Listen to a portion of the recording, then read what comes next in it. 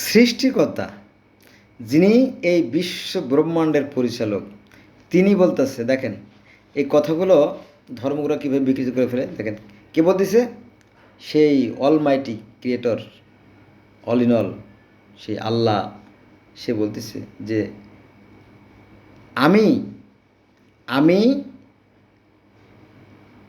জালেম অধ্যুষিত, আমি জালেম অধ্যুষিত কত জনপদ, কত যে জনপদ ধ্বংস করে দিয়েছি এবং তাদের পরে অপর জাতি সৃষ্টি করেছি। এটা আছে সূরা আম্বিয়া আয়াত নম্বর 11। বুঝা গেছে? তো এটা তো আপনার সেই সূরা ফাতিহার সাথে মিলতেছে না। আপনি দেখেন বাস্তবে দেখেন, কিন্তু বিচার হয়ে যাচ্ছে সাথে সাথে, একদম সাথে সাথে মুহূর্তের মতো কিন্তু বিচার হয়ে যাচ্ছে, কিন্তু আমরা বুঝতে পারি না। আপনার চারদিকে একটু কান খাড়া করে চোখটা একটু পরিষ্কার করে তাকিয়ে দেখেন, বিচার হচ্ছে না? বিচার হচ্ছে। একজনের দুই ছেলে, একটা ছেলে ভদ্র সভ্য নম্র, সে লেখাপড়া শিখে বিসিএস দিয়ে ঢাকার শহরে এসে গাড়ি নিয়ে বাড়ি নিয়ে বউ বাচ্চা নিয়ে অনেক সুখে আছে। কিন্তু সেই একই পিতা একই মাতার আর এক সন্তান, সে ছেলেটা আবেগের বশে বয়সের দোষে এই যে উড়াকান্দি, মানে আমাদের বাংলাদেশের যে উড়াকান্দি, যেখানে ভারতের যে প্রধানমন্ত্রী মোদি সাহেব আসছিলেন, এই উড়াকান্দি মেলায়, হ্যাঁ, ওই ছেলেটার নাম হচ্ছে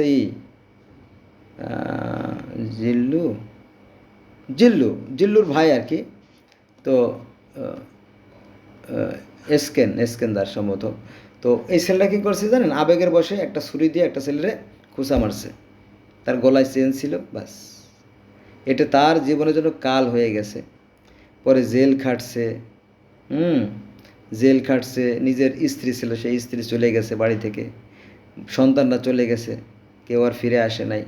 তারপরে এক পাশের বাড়িতে তিনি আশ্রয় নিত আর কি, আশ্রয় প্রশ্রয় নিত, সে বাবার সাথে কথাবার্তা বলতো। তো ওই বাড়িওয়ালা আবার মাইন্ড করছে যে আমার বউয়ের সাথে সম্পর্ক আছে, এই বউরে দেশে ধোলাই। বউ তো সহ্য করতে না পেরে বলছে তোর সংসার আমি করব না। ও ইলিয়াস, জিল্লু, এসকেন, ইলিয়াস, তারা তিন ভাই, আমার আত্মীয়, আমি বলবো না তাদের নাম, এই গুড়াকান্দের আশেপাশে আর কি। যাই হোক, তো সে যে হত্যা করেছিল ঘটনা সত্যি। পরে তো তার সব চলে গেল। কি করবে? পরে ওই যে মহিলাকে পিটাইয়া গড়ছাড়া করে দিয়েছে, তারপরে সে বলছে যে ইলিয়াস তোর কারণে আমার সংসার ভেঙে গেল, চিন্তা করিস না, তোরে আমি বিয়ে করব। পরে সেই বুড়ো বিটির বিয়ে করার পরে গোপালগঞ্জ শহরে সে ছিল এবং তার স্ত্রীকে আপনার ওই উপজেলা চেয়ারম্যান ছিল একজন, ওর নাম আছে কী নাম বললাম, কামাল কামাল। তো সেই কামাল সাহেব তাকে একটা চাকরি দিয়েছিল হাসপাতালে। বুঝা গেছে বিষয়টা?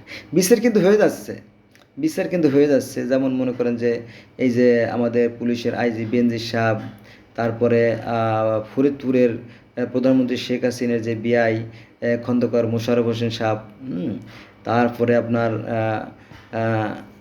এই যে আপনার বিসিএসের প্রশ্ন ফাঁস করলো আজকে হলো 8/7/24, আজকে দেখলাম যে বিসিএসের প্রশ্ন ফাঁস করছে।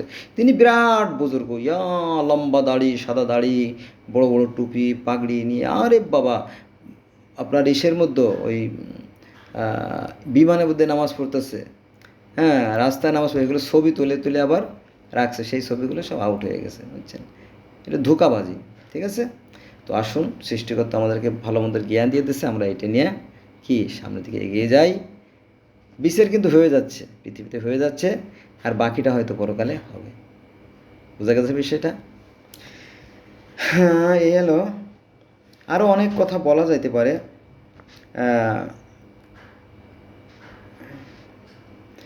আর একটা কথা বলি, আর একটা আয়াত বলি আর কি। আল্লাহ বলতেছেন, কে বলতেছেন? আল্লাহ বলতেছেন, সৃষ্টিকর্তা বলতেছেন যে আমি তোমার পূর্বেও, আমি আল্লাহ বলতেছি, আমি তোমার পূর্বেও কোনো মানুষকে কোনো মানুষকে অনন্ত জীবন দান করিনি। সুতরাং মৃত্যু হলে ওরা কি চিরজীবী হবে? এটা আছে সূরা আম্বিয়া আয়াত নম্বর 34। এর সাথে একই সাথে আরও আছে যে জীব মাত্রই মরণশীল। আমরা বলি যে ইন্না যায়কাতুল মাউত, তাই না? জীব মাত্রই মরণশীল, এটা আছে সূরা আম্বিয়ার 35 নম্বর আয়াতে। বোঝা গেছে বিষয়টা? তো নবী মুহাম্মদ সাল্লাল্লাহু আলাইহি ওয়াসাল্লাম একজন মানুষ ছিলেন, সে কথা এখানে আসছে। এটা আছে আপনার সূরা বনী ইসরাইলের 13 নম্বর আয়াতে যে আমি তো কেবল একজন মানুষ, একজন রাসূল। কে বলছে? নবী মুহাম্মদ সাল্লাল্লাহু আলাইহি ওয়াসাল্লাম নিজে বলছে। বনী ইসরাইল আয়াত নম্বর 93, সূরা বনী ইসরাইল আয়াত নম্বর 93। আরও আছে, সেটা হচ্ছে যে বলো, আল্লাহ বলতেছে যে বলো আমি তো একজন মানুষ। নবী মুহাম্মদ বলছে আমি তো একজন মানুষ তোমাদের মতোই। কিন্তু এটা আছে সূরা কাহাফের 110 নম্বর আয়াতে। কিন্তু হুজুরা কী করে জানেন? না, ইম্পসিবল, তো আমাদের নবী হচ্ছে স্বয়ং সৃষ্টিকর্তা। এটা শিয়াদের একটা দল, এটা বিশেষ করে। তো বলতেছে যে এই নবী মুহাম্মদ সাল্লাল্লাহু আলাইহি ওয়াসাল্লাম সৃষ্টি না করলে কাউকে সৃষ্টি করা হতো না। এগুলো ধোঁকাবাজি, ধান্দাবাজি, প্রতারণা। এই সমস্ত আলেমরা ফেঁসে যাবে, ধরা খেয়ে যাবে। তখন কিন্তু জামিন থাকবে না, কারণ সেখানে উকিল, মুক্তার, ব্যারিস্টার থাকবে না তো, আর সেখানে কোনো ঘুষ চলবে না। বোঝা গেছে? অতএব এই ধোঁকাবাজ যারা আলেম আছে এদের থেকে সাবধান থাকবেন। আর একটা অনুরোধ করব, তবে সব আলেম ধোঁকাবাজ না, অনেক ভালো আলেম আছে। যেমন মাওলানা মোজাম্মেল হক সাহেব খুব ভালো মানুষ, মাওলানা জাহাঙ্গীর সাহেব খুব ভালো মানুষ, মাহবুব সাহেব খুব ভালো মানুষ, ভালো ভালো আলেম আছে। তারপরে আমির হামজাকে আমার খুব ভালো লাগে, আমির হামজা, কারণ সে তো কোরআন থেকে কথা বলে। তো আসুন আমরা এই সমস্ত ধোঁকাবাজি, ধান্দাবাজি, এরা কী করে জানেন? এরা বিভিন্ন শিল্পপতি, কোটিপতি, লাখপতি, বড় বড় ব্যবসায়ী, এদের কাছে যে চাঁদা তোলে, চাঁদা বিরাট লাভ, বিরাট লাভ। মাসে 5 লাখ টাকা ওঠে। যে দেশে একটা ছেলে MA পাস করার পরে 10,000 টাকার ভিতরে চাকরি খুঁজে পায় না, সেখানে হুজুরা মাসে লাখ লাখ টাকা কামাই করে। ধোঁকাবাজি, বুঝছেন? যাক, আল্লাহ তাদের হেদায়েত করুক, আর আমাদেরকে আল্লাহ ভালো রাখুক, বুঝছেন? সাবধান। সৃষ্টিকর্তা তার পবিত্র কোরআন অন্য আয়াতে বলছে আমি মানুষকে ভালো মন্দের জ্ঞান দিয়ে সৃষ্টি করছি।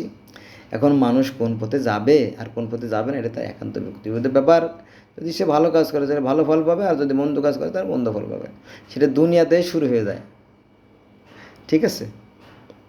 আর বাকিটা তো পড়ে রয়েছেই। ভালো কাজ করলে আপনার আত্মতৃপ্তি পাওয়া যায়, আর যদি আপনি অন্যায় কাজ করেন তাহলে আপনার যে মনুষ্যত্ব, আপনার যে বিবেক, সেটা কালো অন্ধকার ছায়ায় ছেয়ে যায়। আপনার অন্তর মলিন হয়ে যায়। হীনমন্যতা, জড়তা, সংকোচ, ভীতি, নানান কিছুতে কাজ করে। ওই যে বলে না প্রবাদে যে চোরের মন তো পুলিশ পুলিশ, অনেকটা সেরকমই। বোঝা গেছে বিষয়টা? পৃথিবীটা অনেক সুন্দর, আর এই মানব জন্ম বড় সার্থক। কিন্তু যারা চোর বাটপাড় করে যারা সমাজকে কলুষিত করে, তাদের ইহকালও নাই, পরকালও নাই। এরম লোকের সংখ্যা সবচেয়ে বেশি আমাদের সমাজে। কারণ আমাদের জাতির পিতা বঙ্গবন্ধু এই কথা বলছে যে আমি পাইছি চোরের খনি। বোঝা গেছে বিষয়টা? এটা আর কি। আরও কি আয়াত বলবো?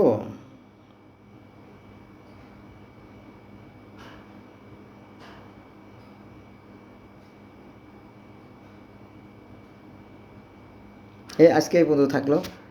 সবাই ভালো থাকবেন। আর টু আর ইজ ম্যান, অর্থাৎ ভুল করা মানুষের স্বভাব। যদি আমার কথায় কোনো ভুল ত্রুটি হয়ে থাকে ক্ষমা সুন্দর দৃষ্টি দেখবেন। ভালো থাকবেন। আল্লাহ হাফেজ।